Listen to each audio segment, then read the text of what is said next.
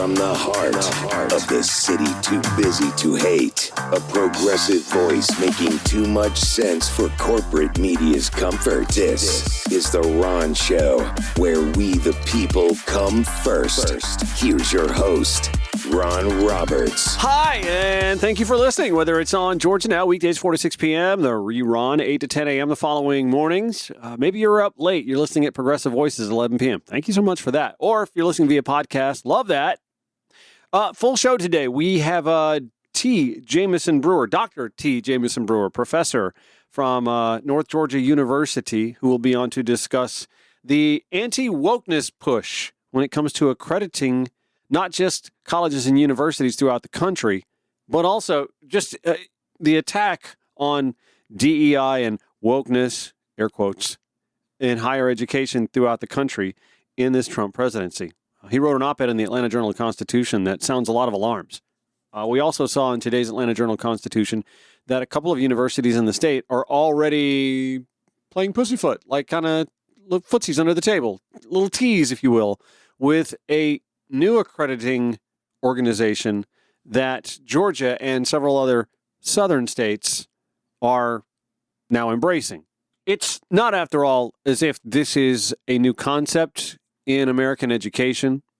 I'm reminded often that history textbooks that permeated Southern curriculum for more than a century after the Civil War had a vastly more empathetic tone towards the Confederacy and the Jim Crow era that followed Reconstruction. We have senators still in the U.S. Senate right now, the likes of Marsha Blackburn and Lindsey Graham, Tommy Tuberville, to name a few, who were educated on books that told a distorted view of history from the American South before, during, and after the Civil War.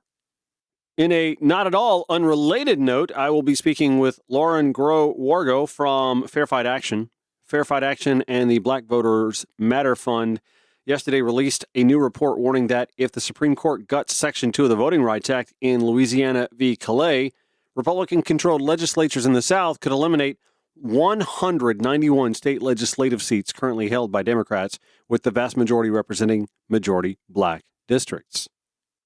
Those conversations sort of bring me to the first thing that I want to discuss today, however, and that would be the Archie Bunker era of pop culture, television, and political conversation in this country. It's no secret that I am a child of the 70s and the 80s. I was born in 1974. Go ahead and do the math. I'm 51. I grew up in a household where my grandfather was in the military, my uncle was in the military, my father worked at the local hospital in plant engineering.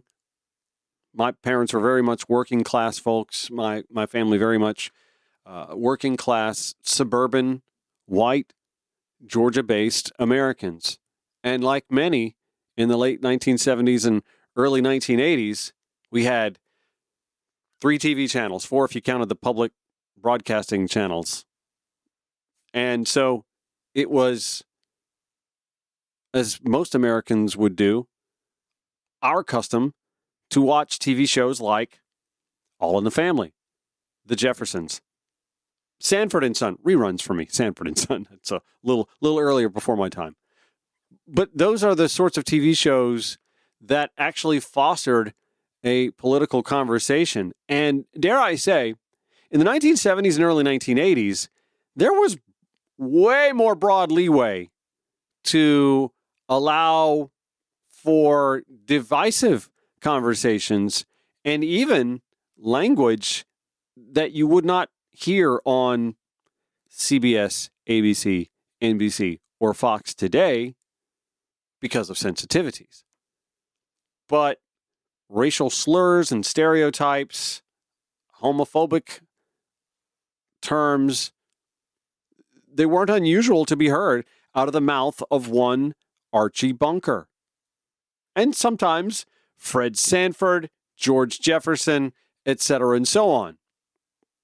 It's really kind of mind-blowing to go back and watch clips from those sitcoms back then now with today's filter, firmly placed in our craniums, right? And here, the sort of language, the N-word just with ease came out of Fred Sanford's mouth and on broadcast television. The homophobic F word that would pop out of Archie Bunker's mouth. The various slurs that he would use. And there was Rob Reiner's character, Michael, a.k.a. Meathead, to challenge Carol O'Connor's Archie Bunker. It occurred to me when I was watching a CBS Sunday Morning piece that was done focusing on Rob Reiner that it clicked. It just clicked for me right then and there. Archie Bunker is Donald Trump. To have read what we read from Donald Trump's posting, just hours, 7, 8 maybe hours after we learned that Rob Reiner and his wife Michelle had been killed, allegedly at the hand of their addicted, troubled son, Nicholas. Mere hours, the bodies were only cooling,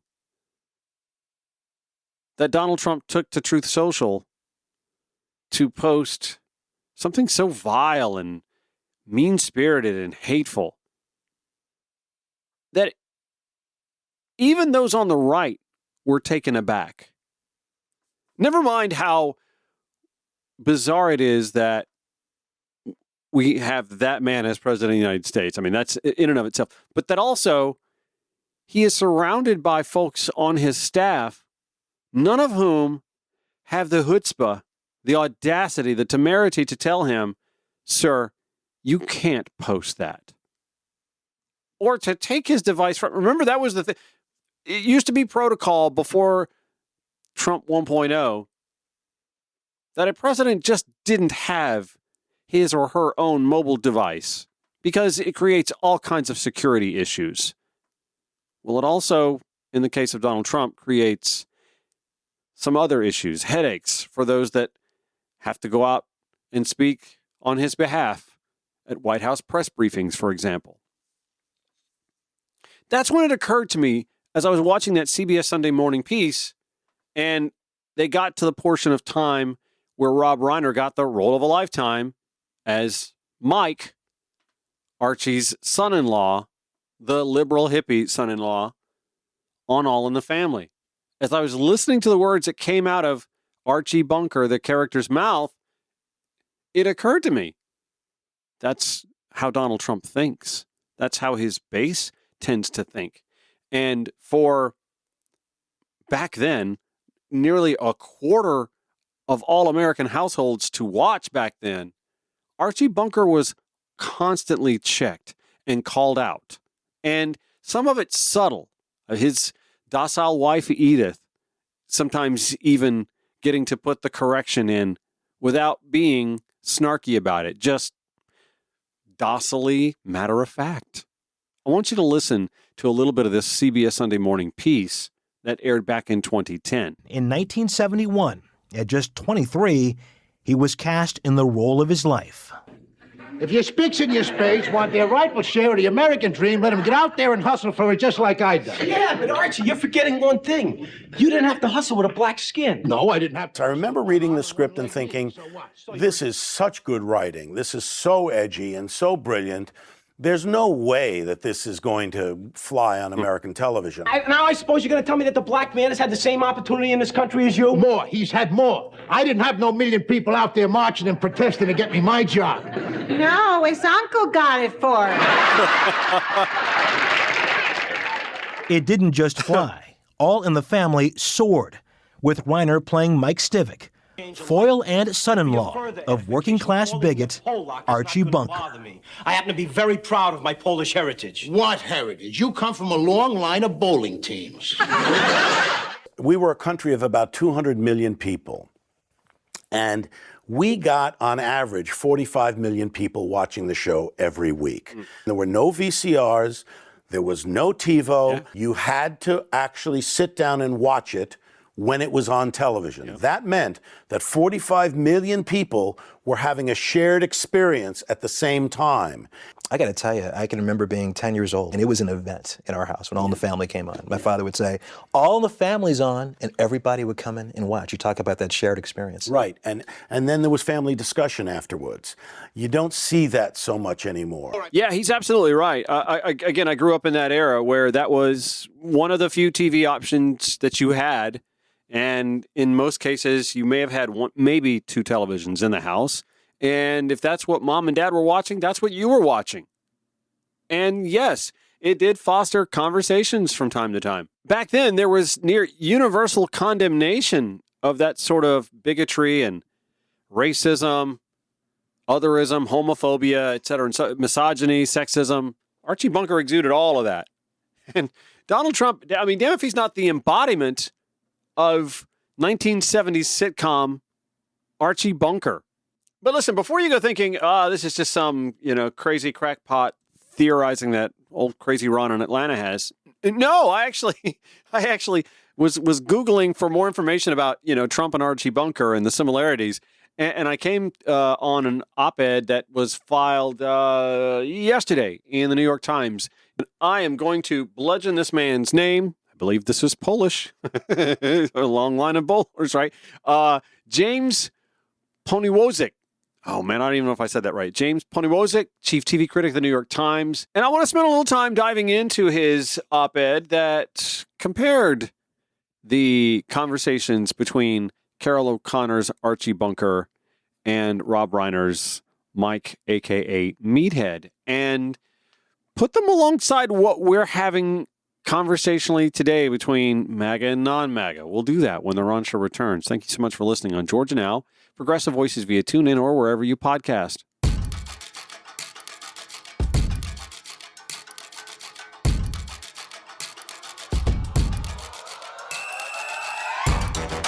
The senseless loss of life that is that of actor, director, producer extraordinaire Rob Reiner and his wife Michelle at the hands of their son who has battled addiction and recovery for longer, mental strife, the whole nine yards.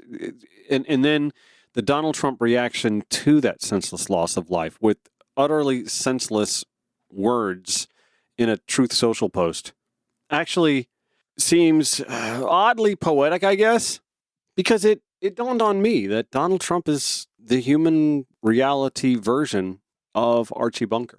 James Poniwozik at the New York Times, he is their chief TV critic. He writes and files yesterday, before Red and Blue America, before MAGA and the resistance, before our current blue-collar and white-collar political sorting, there was Archie Bunker and Michael Stivic. All in the Family, which stormed onto American TV sets in 1971, was a showcase for Carol O'Connor as the blustering, bigoted Archie. But it takes two to have an argument, and as Michael, Rob Reiner, who died Sunday at age 78, was an indispensable sparring partner.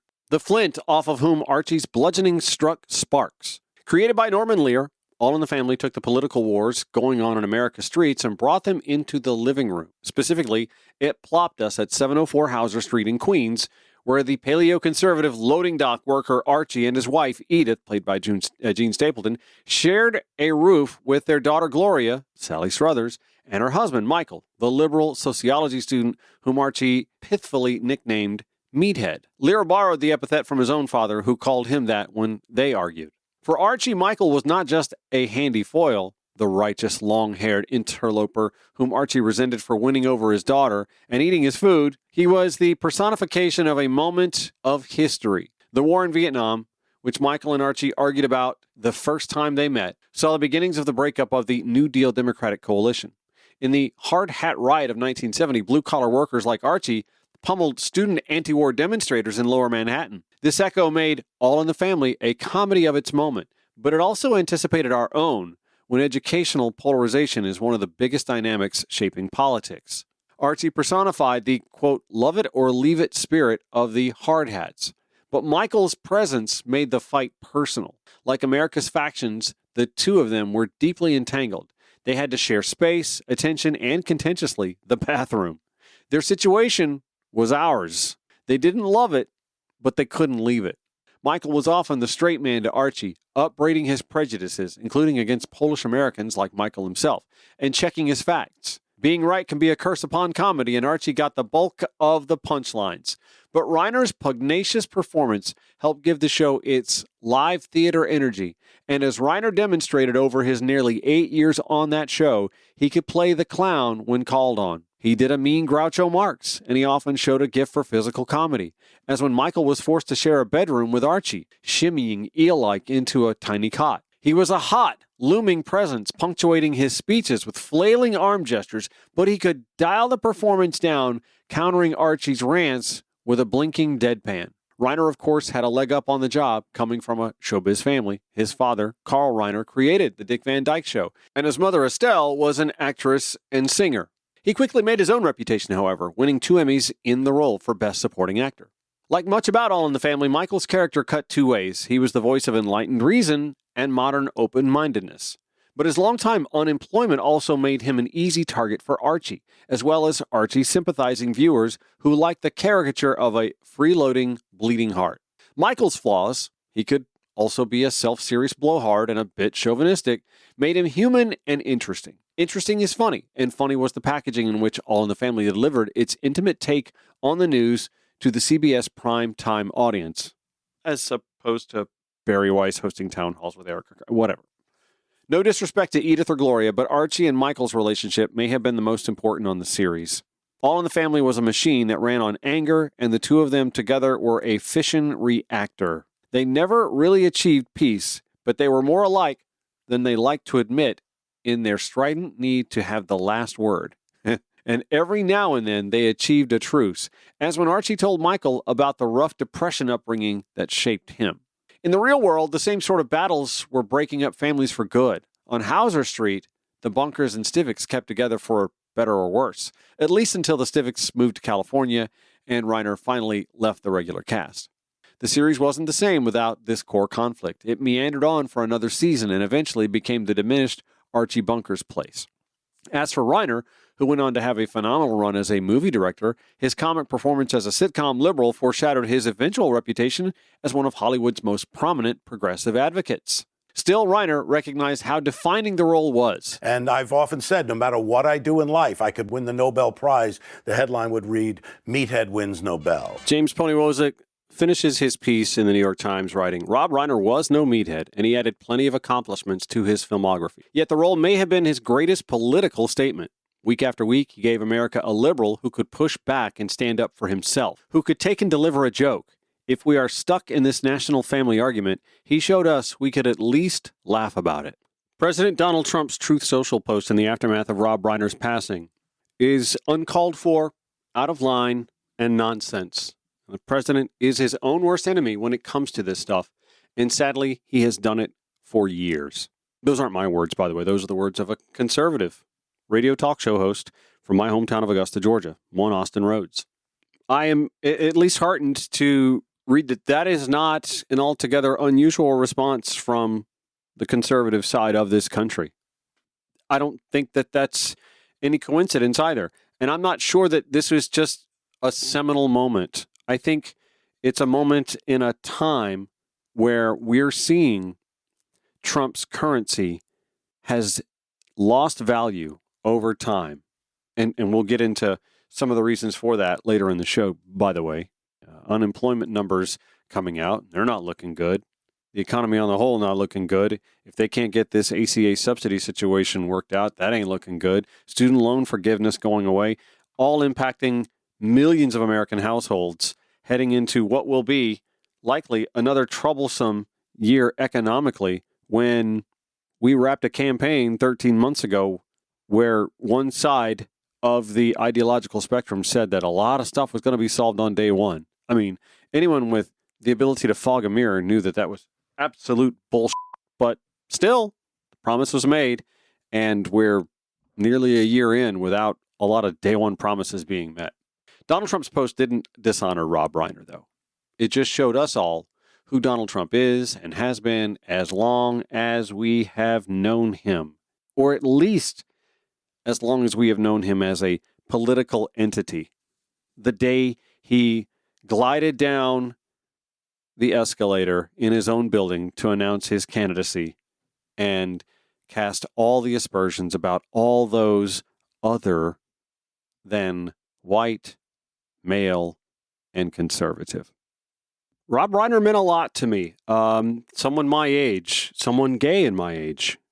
This was Rob Reiner speaking on behalf of the LGBTQIA+. So I'm representing the gay adjacent community, and very proudly. As time goes by, and we'll look back on this and say, what was all this fuss about? You mean they actually didn't let people of the same sex marry? What was that about? And now we're seeing the shift happen. And the same thing will happen. There's going to be fights afterwards, just like Brown versus Board of Education. There was a lot of backlash, and we had to fight through, and we're still fighting some of those battles now. But the boat has sailed on this, and we're moving in the right direction. This is the last piece of the civil rights puzzle that needs to be put in place so that we can all realize the dream of our founding fathers, which is that we are all equal under the law. Thank you so much, Rob Reiner. This is The Ron Show. Broadcasting 5 days a week to make common sense common again. This is The Ron Show. Heard weekdays 4 to 6 p.m. on Georgia Now, 8 to 10 a.m. The replay the following morning, 11 p.m. Progressive Voices via TuneIn. Yesterday, Fair Fight Action and Black Voters Matter Fund released a new report warning that if the Supreme Court guts Section 2 of the Voting Rights Act in Louisiana v. Calais, Republican-controlled legislators in the South could eliminate 191 state legislative seats currently held by Democrats, with the vast majority representing majority black district. Lauren Groh-Wargo joins me from Fair Fight Action to discuss this. I mean, talk about some social engineering. This is that is a massive number of state legislatures in states that, by the way, are already sort of getting away with a lot of gerrymandering in and of itself. That's right. This is a potential remaking of voting rights and the potential for the Supreme Court to dismantle black voting rights in this country.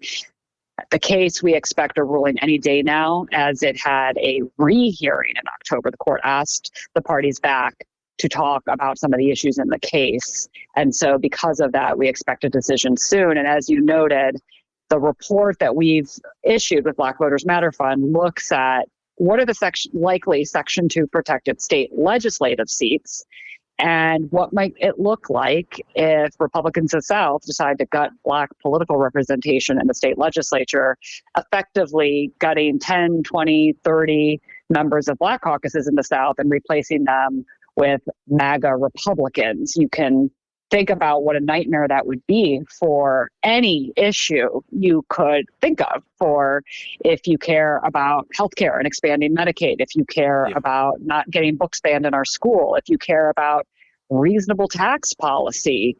They've tried to gut the income tax multiple times in Georgia, which would have an unbelievably detrimental effect. So any issue, that you can think of. And then anybody across any political ideology who believes we should have a contested two-party system. When the Supreme Court acts here, and we don't expect them to act on the favor of voting rights, this could really remake the entire region into a one-party state. I know he was speaking more towards the congressional level, but I was struck over the weekend watching Kentucky Senator Rand Paul on Meet the Press discussing gerrymandering and the race to the bottom that we're going through here at Trump's request. And even Rand Paul, a partisan Republican, sees the inherent danger in disenfranchising voters by gerrymandering them out of having any electoral power. Did you see that clip yourself? I did. Yeah, I thought it was really powerful, and it came on the heels of Republican legislative leaders in Indiana not doing what Trump asked them to do to remake their congressional districts. I think this goes to my point that this is not a partisan issue. This is really, there's broad agreement by American voters that we should have nonpartisan redistricting and that we should have fair, non-discriminatory maps, which means you've got to have an opportunity for racial minorities to elect representatives that represent them.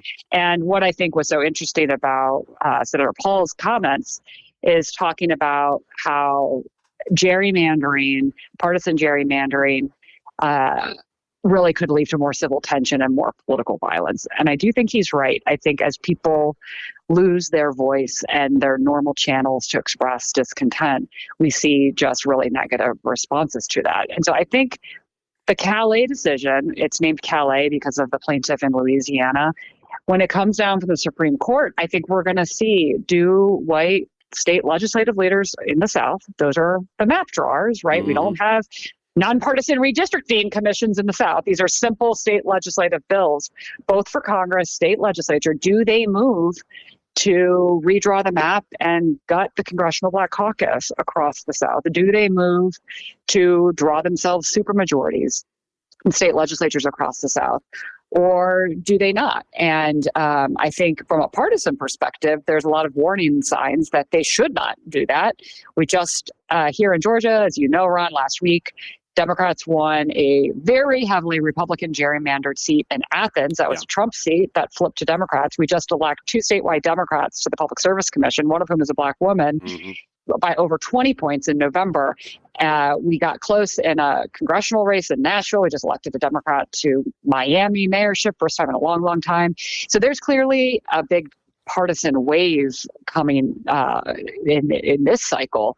But for the long term, the remaking of the Voting Rights Act could just mean that our multiracial democracy and the ability for racial minorities to have fair representation is going to be severely threatened overall. What I find sort of funny is that I believe that the Supreme Court in its current makeup wants to try and pretend that the era of the necessity of the Voting Rights Act has come to an end, that we should be able to trust our politicians to draw maps that are fair and that are represent. But at the other end of the spectrum, we're seeing what's actually happening, and that's not happening. I mean, Georgia famously last year had the opportunity or the necessity to redraw maps per court order, and still managed to tinker with the numbers enough to mitigate what the court ordered them to do in providing representation for minority voters.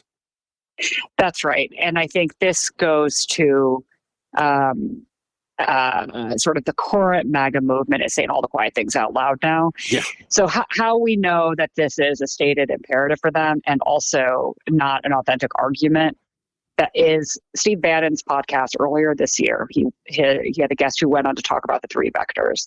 The leadership of the Republican Party has a stated goal to win more power without winning more votes. And they are looking at mid-decade partisan gerrymandering combined with the gutting of the Voting Rights Act, which is Calais, combined with remaking how the census is done. And their math is they believe those 3 could give them 42 more seats in Congress and lock one-party control.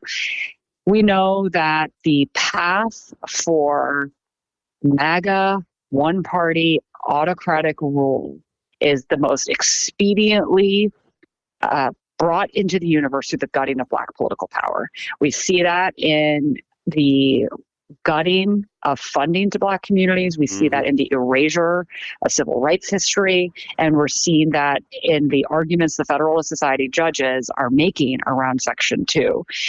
They're trying to twist the Constitution to say that using racial data to have racial fair representation is by definition discriminatory. And that is a dangerous thing in a multiracial democracy with racial minorities. We can only have a 2-party system. We can only have fair representation. We can only have a functional, healthy democracy that even Rand Paul recognizes without an opportunity for communities to elect their representatives. And so part of the reason Section 2 was put in place as part of the civil rights movement was because racially polarized voting exists. And it still exists to this day. Yeah. That has not changed. And so the court, has all of these, intentionally obtuse arguments around all of this. But at the end of the day, 60% of Black Americans live in the South, and we already can see Republican leaders in South Carolina and Mississippi talking about how they want to gut Black congressional districts in those states as part of their quest for power. So it's going to be very much on Front Street next week. We're obviously having a lot of tit for tat partisan redistricting. It's going to look a lot different next year if this decision comes down. And we have white MAGA leaders across the South talking about gutting Benny Thompson's district in Mississippi, 40% Black state, 1 Black representative. If they move on that, it's going to start to make plain. Same thing, Congressman Clyburn in South Carolina. Yeah. Same thing if they try to draw out, we estimate they could probably draw out two of our Black representative Democratic districts in Georgia. There's no way for them to proceed on that without their naked racism and power grab being on Front Street in a way that we believe is intolerable to voters, not just in the South, but around the country. We collectively refuse, Ron, I know you do, and your listeners, to become a new Confederacy. We're not going to let it happen. We're going to fight it, and we're going to get ourselves educated, and we're going to next year work to do everything we can to really push for voting rights in a very broad coalition. We are with Lauren Groh-Wargo with Verified Action. So if the Supreme Court does gut Section 2 of the Voting Rights Act, I mean, they're the last word on judicial matters of this ilk, or is there something other than showing up and voting in crazy numbers in 2026 that can turn that? So, look, we have to vote, and we've shown in Georgia and in other places around the South that we can overcome a partisan gerrymander.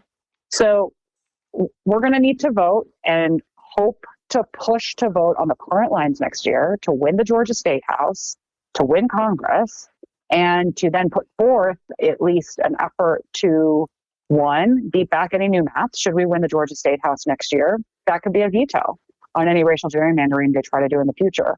So number one, it's get involved in local politics, get involved in the state legislative advocacy next year, become a poll worker. We got to understand democracy is a participation, hands-on, all context work for all of us. Right. And what you've done to date is inadequate for what you need to do going forward. Think about what are additional ways you can do this. These are nonpartisan, pro-democracy things you can be doing with your colleagues in your workplace. You can all ask your boss, can you have time off to go be an election poll worker in your community? Can you have time off to go talk to your representatives in the state legislature when they convene the second week of January to talk to them about the importance of voting rights? You can follow Verified Action. We will be doing lobby days and all kinds of work in the coalition next year. And you can educate yourself on these battles. You can call Congress today and demand reform of the Supreme Court. This court is rubber stamping Donald Trump and the MAGA regime. We have lower courts doing the right thing, and then it goes to the Supreme Court and they give Trump what he wants. We need to reform the court. So all of this, we have to build a stronger pro-democracy movement, stronger than ever before. Those are some of the ways that you can help.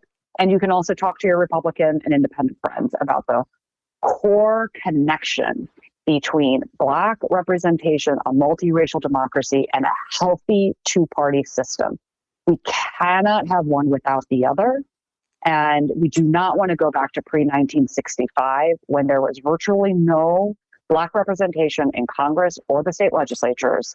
And we had an extremely unfair, racialized, racist system. We cannot go back. We need to go forward. We're going to need to build something new and making sure that Black voters and their allies are working together to chart a new path forward for voting rights in the South and the country. And I think you can make that argument with independent and Republican voters that you don't want a one-party system of governance like they have in North Korea or in the the former Soviet Union, for example.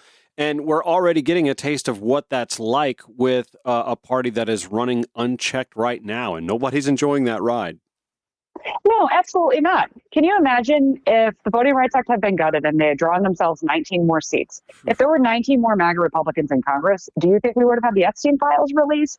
Do you think any accountability on Trump would be happening? Any priority going forward in the future? One-party rule of Congress, a permanent one-party rule of Congress, is not good for anybody. Nope. It means then the only competitive elections, potentially, if they are competitive, would be Republican primaries. Yeah. And that is a race to the bottom, a race to extremism, and so out of any kind of connection with anything most Americans care about.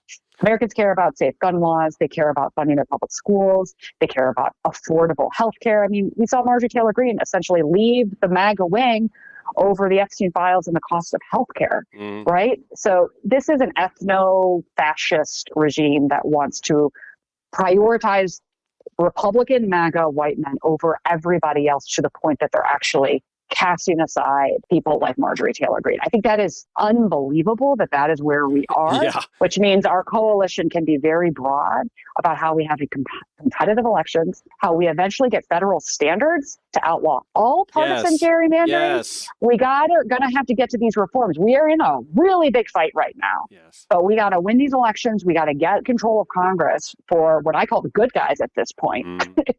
And not just Democrats, but we'll take democracy-minded independents.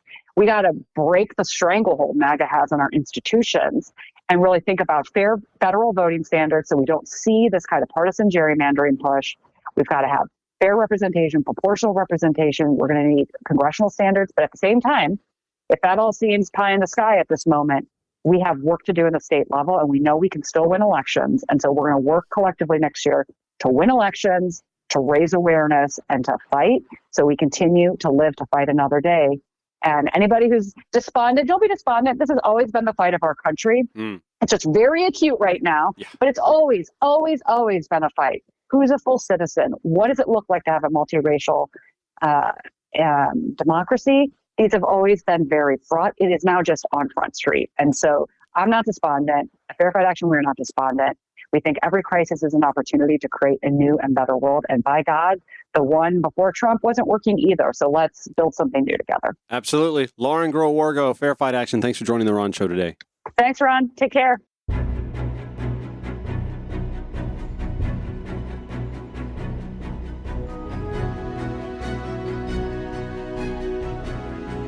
So next hour on the Ron Show, we're going to talk with Jill Schlesinger on the jobs numbers that came out. Unemployment rate ticking up just a bit. She, of course, the business analyst at CBS News. We're also going to talk with Professor Dr. T. Jamison Brewer from North Georgia University. He filed an op-ed back in October that I think is sort of pertinent today when it speaks to the methods of accrediting our schools, our colleges and universities throughout the United States, obviously, but in the Trump era, but also here in the state of Georgia. We have two universities that have voluntarily joined what is essentially a test run for this new agency, the Commission for Public Higher Education. Anyway, we'll cover his op-ed and discuss this push against diversity, equity, and inclusion and anti-wokeness, et cetera, and so on. It should be a fascinating conversation. I want to finish the first hour, however, with a letter to the editor that I saw in the Washington Post that I thought was pretty interesting. The headline, as a conservative, I'm beginning to wonder, are we the bad guys? Well, far be it for me to say definitively yes, but that is sort of definitively what I have based a lot of my ideology on. And not so much that just conservatives bad, Democrats good, but that I have to speak up, that I have to stand up. Here in Georgia, which is now a swing state, hasn't always been that. In fact, most of my life, it wasn't a swing state. It was staunchly conservative-led. There have been pockets of moderate, centrist liberalism, but by and large, Georgia's been a conservative state. And the status quo has led us to, I believe, where we are right now. So anyway, this letter that showed up in the Washington Post, written by a Bruce Carnes of Fairfax, Virginia. He writes, Robert P. George's December 7th op-ed, there are valid debates among conservatives, this isn't one, argued that conservatives should stop promoting white supremacy, anti-Semitism, eugenics, the subjugation of women, and other forms of ideological extremism and bigotry. You know what this means. It means it's too late. Telling conservatives to stop being bigots is admitting they're bigots. And I'm pretty sure a professor of jurisprudence telling them to cut it out isn't going to work. Hey, you guys, stop being bigots. Oh, okay.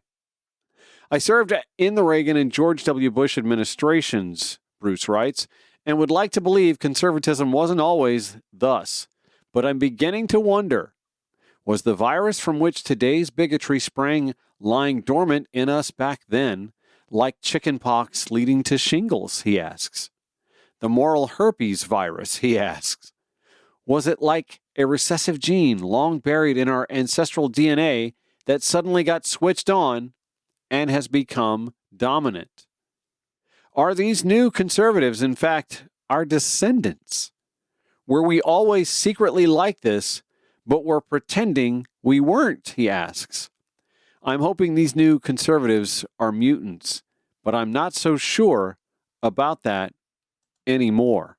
He was referring to Robert P. George's piece that actually appears on robertpgeorge.com as well, where he writes, conservatives must draw a bright line against the bigotry of Nick Fuentes and other extremists. What should the conservative movement stand for? Robert asks. What should conservatives dedicate themselves to conserving? Over the past few weeks, it has become clear that people describing themselves as conservatives don't agree on the answers to these questions. Legitimate differences and debates exist among authentic conservatives. Although conservatives certainly reject socialism, there is no canonical conservative position on, for example, how much regulation of markets is desirable. Some conservatives lean heavily in the direction of strict libertarianism. Others allow more room for government intervention in the economy. Similarly, he writes, while conservatives generally believe that America should support other democracies, especially when they are under threat, conservatives have a range of perspectives on the question of how interventionist or non-interventionist U.S. foreign policy should be. I would also argue that here in America, there is not a whole lot of appetite for conservatives to support democracy here in the United States. But I digress.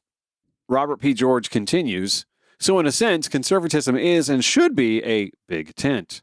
Still, there are limits, he says. Those limits are reached when people claiming the mantle of conservatism promote white supremacy, anti-Semitism, eugenics, the subjugation of women, and other forms of ideological extremism and bigotry. So-called groypers, he writes, such as the Hitler and Stalin sympathizer Nick Fuentes, want to be inside the tent, and they make no secret of their aim to take control and remake the conservative movement. Even conservatives who are appalled by the grotesque ideologies of Fuentes and his allies sometimes seem uncertain about how to deal with the phenomenon. They note that illiberal influencers have large online followings, and especially among disaffected young men, and fear alienating them if they draw a bright line excluding racists and anti-Semites from membership in good standing in the conservative community. Robert George writes, but drawing a bright line is exactly what we need to do immediately. Incidentally, I would welcome this. Unfortunately, I think the problem that Robert's going to find is that the conservative movement is largely built on a lot of racist tropes and ignorance of America's history on race. They are quick to erase any notion of critical race theory or an actual reckoning of our history of race. That's how the conservative movement continues to believe what they do. They believe we are a race-blind, color-blind society and that everyone has equal opportunity regardless. Those aren't facts based in data, logic, history that they wish to erase. But he says extremism and bigotry have no place in the conservative movement. They are contrary to the central things conservatives should be dedicating themselves to conserving, namely the biblical principle of the inherent dignity of every member of the human family. Would that include the immigrant? And the civic principle that human beings are, quote, created equal and, quote, endowed by their creator with certain unalienable rights. Again, does that include the immigrant? A plea to my fellow conservatives, Robert George writes, to draw a bright line against bigotry is not a call to cancellation. Individuals who hold extremist or bigoted views possess the same right to express their opinions as everyone else has. I would fight, indeed I have fought, to protect their free speech rights, despite my profound rejection of their beliefs. What I'm doing is reminding conservatives that we stand for certain things. Therefore, not everything is up for grabs or negotiable, nor is everyone, irrespective of their beliefs, welcome to the conservative movement.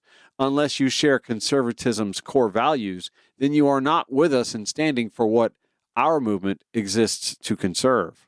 I don't know. I just found the op-ed that led to that piece to be something of interest, especially in the moment where, again, we're seeing conservatives taken aback by an appalling display, an appalling response to the senseless loss of a great American life. Hour number 1 in the books of The Ron Show. Thank you so much for listening. Weekdays 4 to 6 p.m. on Georgia Now. The replay 8 to 10 a.m. on Georgia Now. 11 p.m. Progressive Voices via TuneIn or wherever you podcast. That's where the show notes lie as well, and at ronshowatl.com.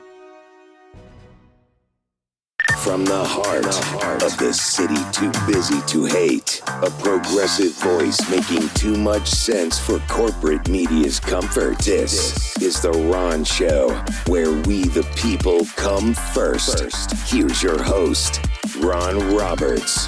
Thank you for listening to The Ron Show on Georgia Now, 4 to 6 p.m. weekdays. The replay, 8 to 10 a.m. the following day. 11 p.m. Progressive Voices via TuneIn and Review podcast. Unemployment data came out. Jobs lost, jobs gained. We've got a little bit of a hodgepodge considering that we're looking at October and November numbers. The U.S. unemployment rate now at 4.6%, a 4-year high. But is this necessarily bad news? Is it good news? We're kind of, getting a general sense of where our economy is heading into the year 2026. And here to discuss that with me is CBS News business analyst Jill Schlesinger. How are you? I'm doing well. That was pretty good on a first try on my name. Yeah, I mean, I'm going to give you, I don't know, people in Georgia know Schlesingers, but it's a common name up here. There you go. Schlesinger. Easy peasy. Schlesinger. All right. Yeah. Hey, thank you so much. I appreciate you giving me the B-. Sure. So this has been an interesting reporting day because obviously when the government was shuttered for 43 days, we didn't have folks who were collecting jobs data. And so that meant wonky weirdos like me were turning to all these weird alternative measures of employment. So now we have a couple of months, I would say 1.5 months worth of data. Yeah. So we know that there were 105,000 jobs lost in the month of October. Now, that was fully expected. That is due to the federal workers. Remember, there were all those federal workers who were offered an early retirement. Yeah. This was the month where October was the month where they all kind of came off the payroll. So we had net 105,000 jobs lost primarily due to those federal workers. Now in November, we have job creation bouncing back. We added 64,000 new jobs. So look, this is a big downshift from the beginning of the year. Obviously, the first 4 months of the year, we were creating like 120,000 jobs a month. And now 55,000 jobs a month for the whole year. It's really because of a lot of the uncertainty that was created from tariffs and from immigration policies. I think a lot of companies just didn't really know how to do the planning that what was going to happen. They didn't know. So they said, you know what, we won't hire a lot, but we won't fire a lot. Do you get a sense that we're settling in somewhere policy-wise where business can look towards 2026 and make some more definitive plans on hiring and expansion? Yeah, I think so. I mean, look, we also got a report out today about retail sales, which were, they were fine. They were flat, nothing terrible, nothing illuminating. But I do think that we have a lot more information about where tariffs will land. Mm-hmm. I think the big question now is what are consumers going to do come January, right? Like, of course, it's the holiday season. People open up, right?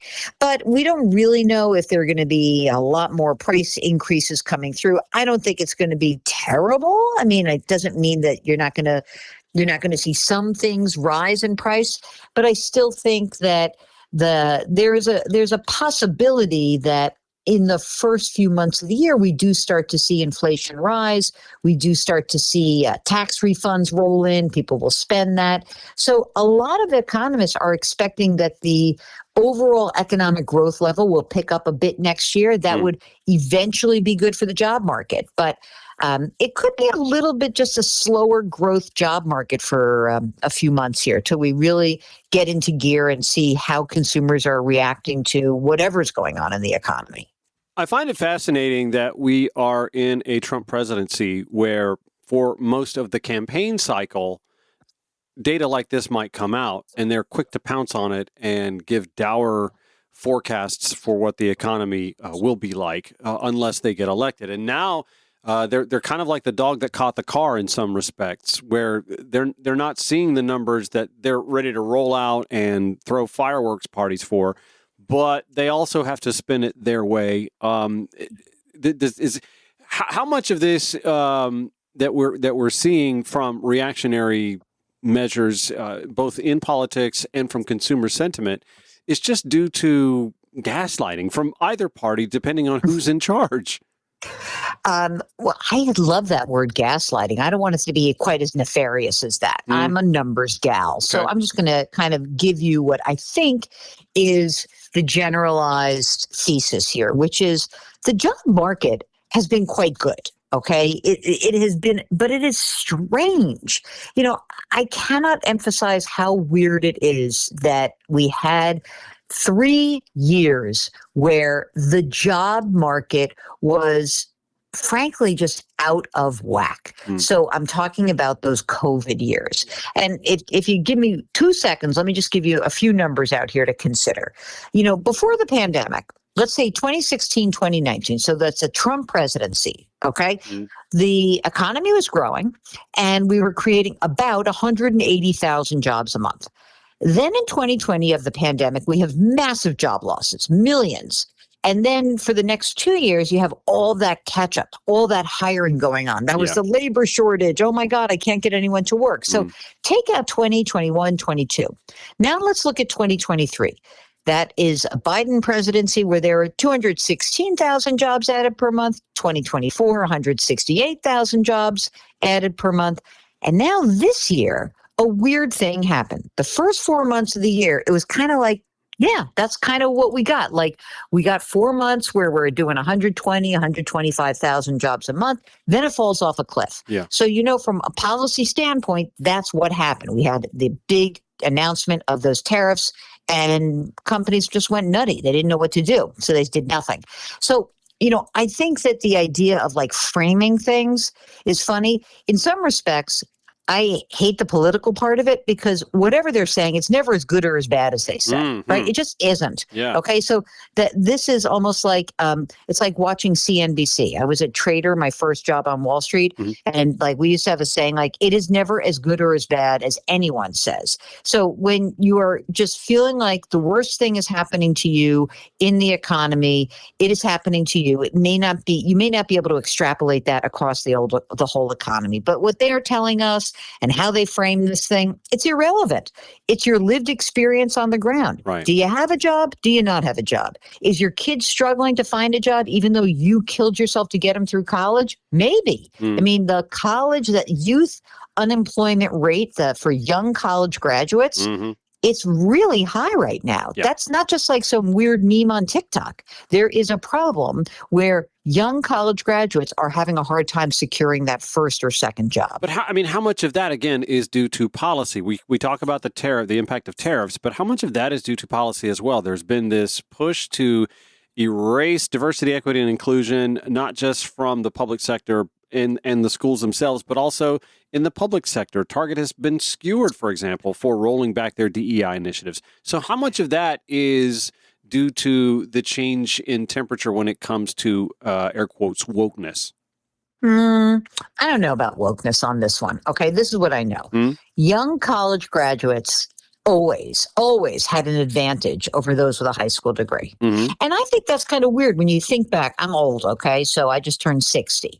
I remember there was a period of time like 15 years ago where every single job said you needed a college degree. And I mean, look, I love my college degree. I'm very thankful for my experience. I'm lucky I had rich parents who could pay for it. But not every job needs a college degree. Right. And it seemed to me that we kind of were over-indexing, like, I know a lot of great bartenders. They don't need college degrees, okay? Yeah. And for a while, it felt like everyone was hiring with a college degree. But what we do know from data is that over the long term, people who have college degrees, okay, they make more money over their lifetimes, sure. and they're more likely to keep their jobs. But the advantage of that college degree is diminishing. And that has definitely been happening. And I think that's been happening. It's a longer term trend. It's sort of been happening a lot over, say, the last 10 years or so. It's not just AI, but it is something about companies saying, maybe we don't need that. Maybe we don't need that degree. Maybe we're willing to hire someone who's less expensive with a high school degree. But what I do know is it is real that when a young college graduate, don't like ascribe this to they're whiners and we were so much tougher when we were young. Right. A lot of this is just bad timing. When you come out of a recession, it's hard to find a job. A lot of these young folks, when they graduated in COVID, maybe they got one kind of job that no longer exists. So it's definitely a thing. And it's not so much a policy thing. A lot of these economic trends, they're long-term in nature, and policies can help adjust the impact of them, but they are happening, whether we like it or not, and regardless of who's in the White House. So there's more data that we could extrapolate from, too, when it comes to the percentage of Americans who are working full-time and part-time jobs. I think that speaks a lot to what Americans are actually facing, their actual reality on the ground, as well as to how the economy is treating them. Yeah, I mean, I think there is really a sense of having two economies right now. Mm-hmm. And, it's funny. We did this segment about a month ago on CBS Mornings. And, whenever I go on the air all the time, I don't get the kind of feedback that I got from this particular segment. And I literally called the segment, "You're Not Crazy," because I think a lot of people will hear the president or someone or some economist say, well, the economy is growing and there are jobs and this is great. And it does not match someone's lived experience on the ground. Right. And what we are finding is that there's a real dividing line. It is about income and it is about wealth. So we know that people who make about, let's say, less than $175,000 a year, and I know it's national; these are national numbers, so it might be different in each pocket of the country. But let's call it 175 across the country. People who make less than 175 are still feeling enormous pressures of the past inflationary surge. Yep. And it does not mean that, this is not even tariff related. This is about child care. Yep. This is about health care. Mm-hmm. This is about elder care. Student this is loan about forgiveness. Student, it's education. These are big ticket items. So what we are seeing from surveys as well as from spending data is that people are keeping up, but they don't feel good about it. But if you make more than $175,000 or you have money in the stock market, you own a home with an affordable mortgage, you're willing to spend more freely and you feel like the economy is good. And in your world, it is good. And this is not just the richest rich people. These are, let's call it the top 15 or 20% of Americans. Right. They're the ones who are saying, I feel good. I'm going on my trip, I'm taking my family away for the holidays. And everyone else feels a little bit like I'm crazy and this is not an economy for me. Yeah, and we're having to work those bartending jobs to cater to those folks, and we're not exactly happy about it, but we'll put the smile on our faces and get the drink to them. Yeah, no kidding. Yeah. No kidding. And by the way, if you are one of those wealthier people, and you have a nice, just saying, in Jen, if our listeners are there, this is a really great time to be overly generous this holiday season 1,000%. with the people who have helped you out all year long. I really believe that. No, you're right? 1,000% right. Yes. Jill Schlesinger, business analyst, CBS News. Thanks for joining the Ron Show today. Good conversation. Take care. Thanks a bunch.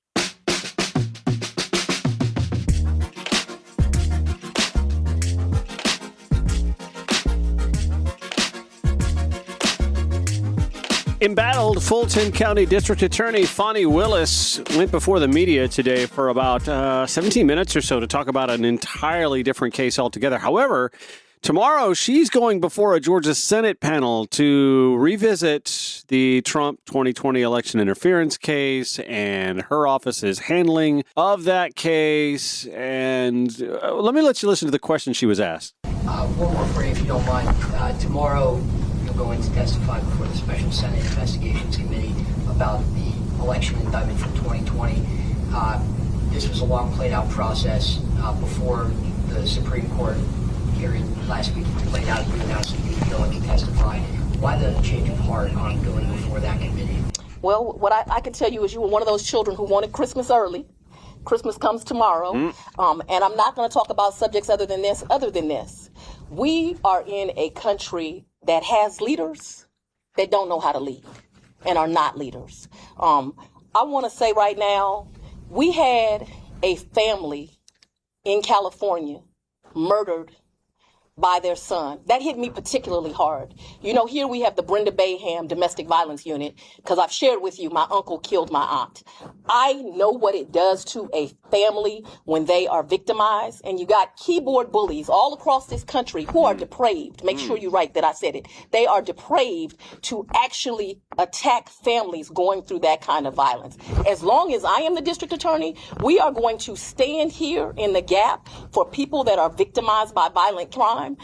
Me and the chief were just discussing how much violent crime has gone down in Fulton County because we fight hard for it every day. But we ought to, no matter what side you are on the political aisle, we ought to stand up for victims. I have prayed for that family in California. Charlie Kirk, who never had a good thing to say about a black woman. I pray for his widow and his children daily, because what I know is now all the fanfare has gone. The press doesn't care, but she still has to comfort those small children.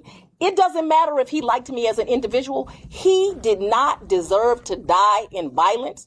Those people in Los Angeles did not deserve to die in violence.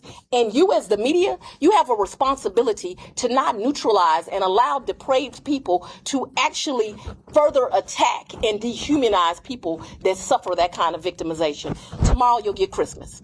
Reporter Shadi Abusad at the Atlanta Journal-Constitution characterizing that as a 2-minute tirade in which she criticized President Donald Trump, although she did not say his name, searing him over social media remarks he made about the recent stabbing deaths of filmmaker Rob Reiner and his wife Michelle in Los Angeles. It's unfortunate that we're still sitting here talking about the 2020 election. And remember, it was just last week that the Trump Department of Justice now wants to look at Fulton County 2020 voter data, because here in 2025, approaching 2026, that is still pertinent, I guess, despite the many and varied recounts, hand recounts, et cetera, so on and so forth, despite all of the judge's decisions that he indeed lost we're going to have to placate crazy old guy in the Oval to revisit 2020 again, and you've got his lemmings in the Georgia Senate on this committee who also want to somehow, I guess, make an example of the black woman who is the district attorney in Fulton County charged with prosecuting the case that, had she been able to do her job, might have engendered a different outcome in the 2024 election cycle. But speaking of 2024, a little bit of a bone to pick here. I like Tim Miller, the Bulwark. I like Bill Kristol, obviously. The two of them getting together and having a discussion about what Kamala Harris is or isn't doing right now. She's out there selling books. And again, I'm not a huge fan of even revisiting 2024 at this point. I feel like there are fractures that may never be healed, but may not necessarily need to be at this point in time within the Democratic Party. But I do think going back and revisiting the year that was, I mean, we're all just sleepwalking through this fog right now, trying to survive psychologically and otherwise the second Trump presidency. And here we are 1 year into a 4-year debacle, right? You just got to pace yourself. Why look back at 2024? Nonetheless, Tim Miller on the Bulwark with Bill Kristol having this conversation earlier today. Expanded the book tour into some pretty noticeable places that I don't think that you'd go if you're just trying to maximize book sales. So I don't have any inside info, but it's like she's coming here to New Orleans. Big deal. She's going to be in Jackson, Mississippi. She's going to South Carolina. Big deal. It's like, is South Carolina really the prime place for selling 2024 campaign books? I don't think so.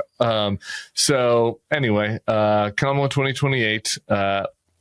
Just wanted to see if you had any thoughts. Who said that? No way. Shouldn't happen. And I can't believe it will happen. And I say this as someone who thinks she's been unfairly blamed in some ways for 24. I think she's inherited a very difficult situation, ran a reasonable campaign, made a few mistakes, and unfortunately it said certain things in 2019. Whatever. I mean, so I'm not one of those who piled on her at all. Really, I don't think that's right. But she should not be the candidate. Her line was, "We're not going back" last time, so you couldn't really use that. No, I mean, right, exactly. You just can't. No, it's got to be someone new. I don't. First of all, what's it even matter? Like, why do we have these two dudes who are having this conversation in December of 2025? The premise is weak. Of all the locales mentioned, only South Carolina is notable if we're talking about the primary election calendar in the first place. Tim, what was the point of that? This is where you go to sell books. Yeah, people read in South Carolina. People read in Mississippi and they read in New Orleans. What is the point you're making, dude? Second, it's December 2025. It doesn't matter what these two Beltway pundits believe. Voters get to decide, and thankfully more so than was the case in 2016, when superdelegates and big brains like these two with opinions overshadowed voters. These two have no idea what voters are going to want in the winter, spring, and summer of 2028. They have no idea, nor do they know what options voters will even have by then. I mean, seriously, count me among those that I'm not counting Kamala Harris out. I thought, as they did, she ran a pretty good campaign, especially given the circumstances, right? Are there things that I agree with her about? No. I'm probably in the 95th percentile, as I'm going to be with just about any Democratic candidate. And that's the thing, Democrats have to stop putting their candidates into these purity test things. If there's one thing I can agree with the third way Democrat folks, it's that. Yeah, stop with the purity tests, okay? I get it. In the primary season, it's all fair game. We're seeing this right now. We're getting evidence of this happening in Texas between the James Tallarico and the Jasmine Crockett camp and the pro-Tallarico, more progressive. Y'all don't mess this up. If Jasmine Crockett's your nominee, don't come away with sour grapes. Vice versa, same thing. Don't come away with sour grapes if it's James Tallarico. Get behind whoever it is, because that's a gettable Senate seat in a state we've been saying has gettable Senate seats for damn near 2 decades. Can we finally pull that off? But I'll be damned if I'm going to sit here and watch two white dudes on a video podcast in December of 2025 insist that the last nominee of the party, who happens to be a black female, is a non-starter to be potentially the nominee of the party in 2028. This is The Ron Show.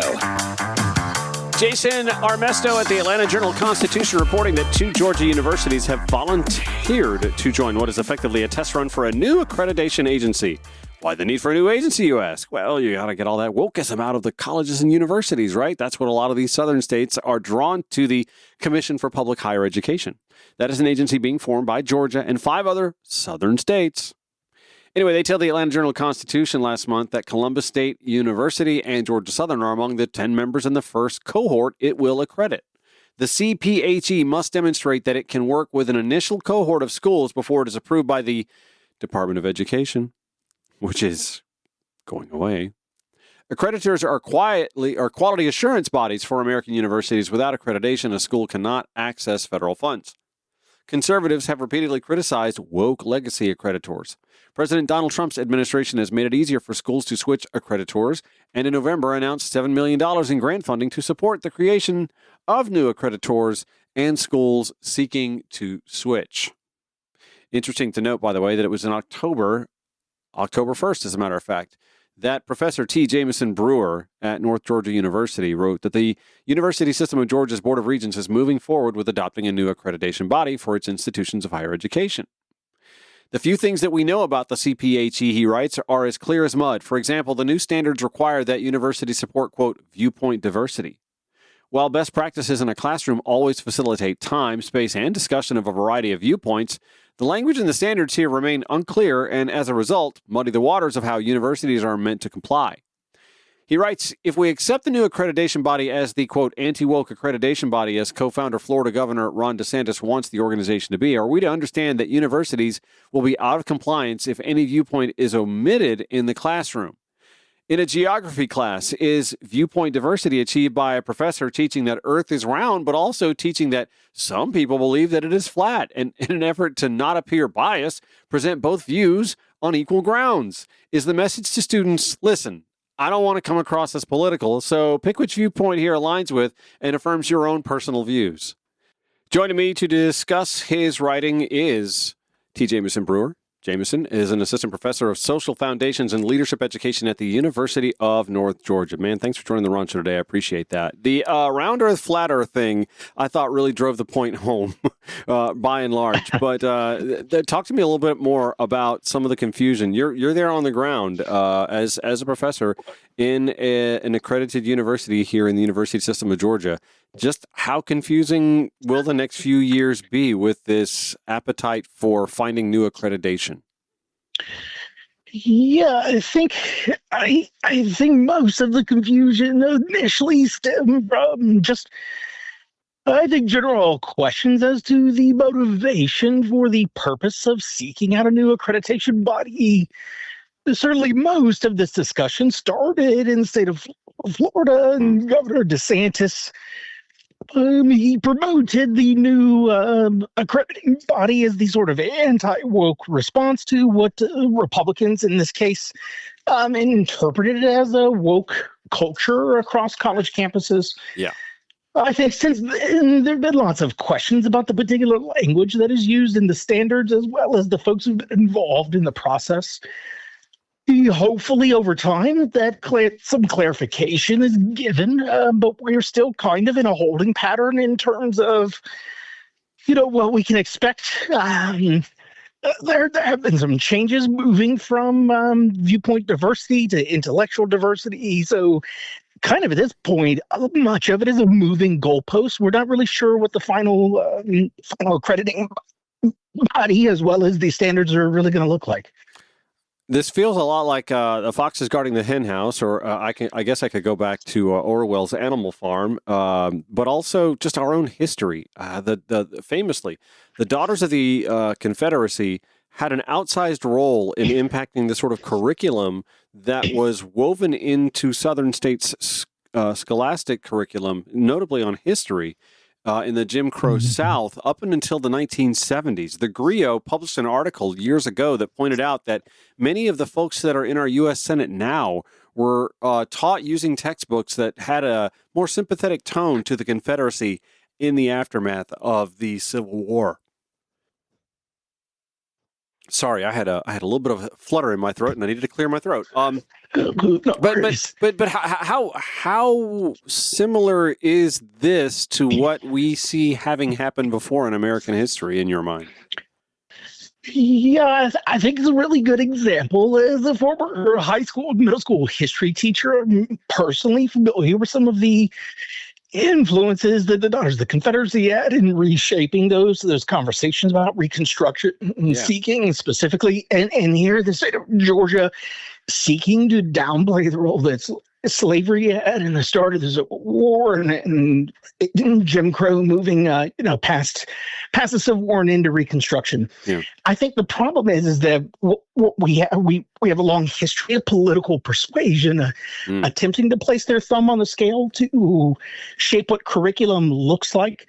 A little bit in the case of this new accrediting body, it gives the appearance that there is an overt effort to not just shape specific textbooks per se, but to go for the broader umbrella of the accrediting body to try to place the thumb on the scale using very thinly veiled language that gives the impression that this is a political effort to try to shape or reshape not just textbooks and conversations that are had at the university level, but really the purposes of the university itself. You also, in your piece, spoke about higher education treating students more like customers versus, merely just students that are fodder for, indoctrination or teaching. Talk to me about that sort of sales pitch, that sort of mentality in this battle to determine how to accreditate the institutions of higher learning that are teaching them. Specifically in thinking about students as customers, that does come that notion that I think an exact quote from Chancellor Perdue suggesting to the entire university system of Georgia that students are our customers. We should treat them as customers. I mean, this is an approach to education and higher education fully from a business mindset. And that's not to denigrate businesses or how businesses operate or how they approach, but it is wholly problematic to fully apply those conceptions and that disposition of business to a conception of education, right? Because as certainly the old adage, the customer is always right. That might be true in business, perhaps, but when it comes to education, when it comes to facts and learning and those sorts of things, the point of the op-ed was to point out that if the point of this new accrediting body is to push what they were calling viewpoint diversity, they're now calling intellectual diversity, what that can do is it can foster this belief or this notion that if a student at any time hears anything at the university level that they personally don't like, they personally don't believe in, whatever that might be, well, because they're the customer, somehow they have been wronged. The professor or the university, by extension, is somehow engaging in, knocking their own personally closely held beliefs. They're engaging in indoctrination, all these other things. So a great example is that, Pluto used to be a planet. Just imagine sitting in an astronomy class where the astronomer who's at the front of the room, the professor, talking about planetary status, and says that Pluto is no longer a planet. And as soon as says, but no, I was raised to believe that Pluto's a planet. And because I believe that that's true, I must therefore be right. We can agree to disagree. The problem is when it comes to academic knowledge and understanding and facts, it's usually not an agree to disagree. That's reserved for whether coffee or tea is better, right? But this push that the student is the customer does give the sense that it's an attempt to facilitate an environment where it will cause the chilling effect in the classroom from professors in the class or staff across campus to walk on eggshells for fear of offending a customer or challenging preconceived notions. Sure. That's what going to school is all about. It's not about indoctrination. It's about education. Correct. Correct. As much as I want to believe 4 + 7 is 47, I have to be taught that it's 11, and there's nothing wrong with being corrected. Correct. And here's the thing: it's also perfectly fine for a student to, like in the case I gave you about the planetary status of Pluto, a student can hear all that. It's okay to hear something you disagree with. It's okay to be put into a position where you are required to critique and challenge and pressure test the views that you have and still be able to function. To your point, that is the point of education. We are supposed to have these very difficult conversations. Any good teacher worth their salt, any good professor worth their salt is having multiple viewpoints being shared. Students are free to share their views. Usually with the caveat of it has to come with some type of evidence. It cannot just be anecdotal or a trust me, bro, this is what I think, therefore the entirety of the academic literature is wrong. But challenging ideas, challenging preconceived notions, that is the point of higher education. I think a lot of these political efforts to stymie that are wholly problematic. But also, the one-size-fits-all approach in a state the size of Georgia doesn't necessarily work either. And I think you brought that to a great example when you spoke about North Georgia University and that a lot of your students come from Gwinnett County. And Gwinnett is one of the most diverse counties in the entire country. And this approach of not discussing differences when it comes to upbringing and education and ideology and even religion and culture, that sort of cheats that student that is supposed to be the customer out of the education that they're paying for, or their parents are paying for to get. That's correct. And in my particular case, I teach future teachers. I teach future K-12 educators. Right. To your point, most of my students are coming from Gwinnett County. They themselves are very diverse.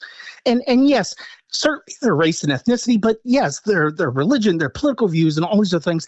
But we are then sending them, if we will apply this notion of a business, which again, I don't fully agree to, right? But even if we do that, if we are sending future teachers back into our counties in the state of Georgia, because we do hope that our teachers are staying in the state, right? Like we're preparing future educators for the state of Georgia.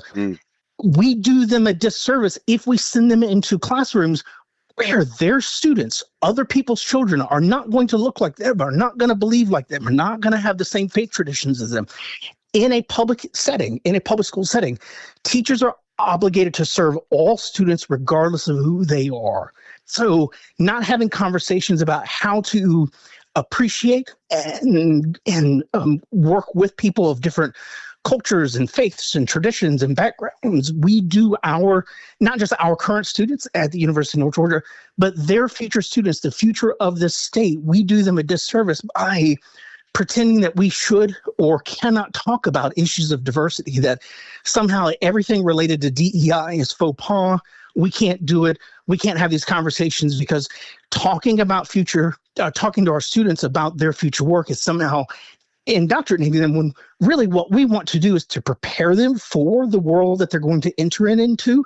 And yes, hopefully develop some empathy along the way towards other people, because we in the College of Ed, we are preparing people to go be servers for other people's children, and they have to be able to understand differences, different cultures, different belief systems, and they have to be able to do that well.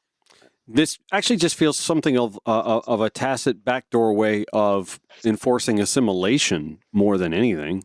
But talk to me a little bit about what sort of impact this has on a school like North Georgia University, however, bringing in students from other parts of the country or the world even. I mean, that has to give a student or a parent or parents of students pause to send their child to a state like Georgia, where we're suddenly looking at alternate accreditation.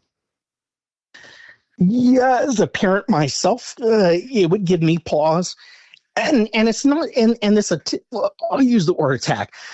This political attack on institutions of higher ed is not just limited to accreditation like this new board, but also in the state of Georgia, they have dismantled the entire multicultural student affairs programs across the entire USG, right? So if I'm a parent of a child, right, who is not white, who is not straight, who is not whatever it might be, and I see news reports and press releases about the fact that the entire state, per the University System of Georgia, is dismantling anything that is specifically geared towards helping people who don't look like the majority be welcomed in that space, it would rightly raise some questions about sending my child to for me, who lives in Georgia, into the state, but certainly less so if I were living out of state and we're having to pay out of state tuition. Why would I do that? Why would I send my child out of state, paying out of state tuition to be in a system that is messaging to the world, hey, we do not care about diversity.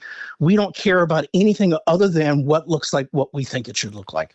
And what good is multiculturalism in a state with a city like Atlanta, with a venue that's hosting things like World Cup soccer tournaments and a past Olympic city and the world's busiest airport and its diverse economy and business sector? Who needs all that multiculturalism, right? I mean, right. And again, like I said, I'm not a big fan of using a business analogy in higher education, but to the extent that we will, not focusing on the clients that we are teaching at the universities, but then serving after they graduated in this very multicultural, very diverse, not only nation, but yes, in the state of Georgia. It's bad business. Like it's just if you and I, Ron, if we were running a business and somebody said, here's who your customers are, and then we said, you know what, we're going to do everything we can to specifically not serve that particular niche of customer, we would go out of business, and rightfully so. That's where we're at. T. Jameson Brewer is an associate professor of social foundations and leadership education at the University of North Georgia. His op-ed that speaks to the push for new higher education accreditation organization being bad for business appeared in the Atlanta Journal-Constitution October 1st. We'll put it in the show notes at ronshowetl.com. Dr. Brewer, thanks for joining the Ron Show today. I do appreciate it. Appreciate the invitation. It's been a minute since I have railed on Atlanta Mayor, the newly re-elected Atlanta Mayor, Andre Dickens. However, in this economy, with all that's going on inside and outside the city of Atlanta, your inaugural request is ridiculous. When the Ron Show returns.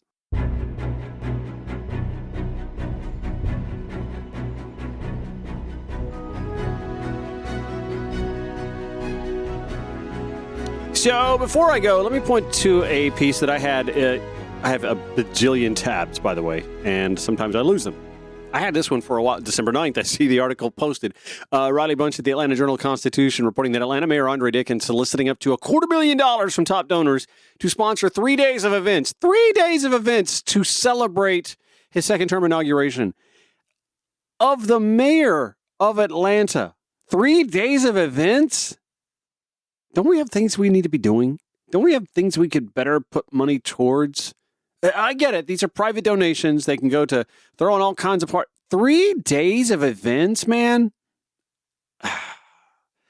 I just feel like it's bad form. When you got a president telling us that you only need one pencil or $6 as opposed to 16, the crushing inflationary situation, groceries, I just feel like this is bad form. We've got nonprofits that are being eviscerated by, DEI rollback initiatives, this, that, and the other. The city itself is having to rebrand its DEI office to stay off the federal government radar. But we're going to have 3 days of events to celebrate a second-term inauguration, and we're looking for up to $250,000 from donors for this. Yeah, icky. An email sent by the Dickens Inauguration Committee, a group that registered with the state a week after the mayor's win in November, outlines tiers of event sponsorships that start at $2,500 and go up from there, Riley Bunch reports.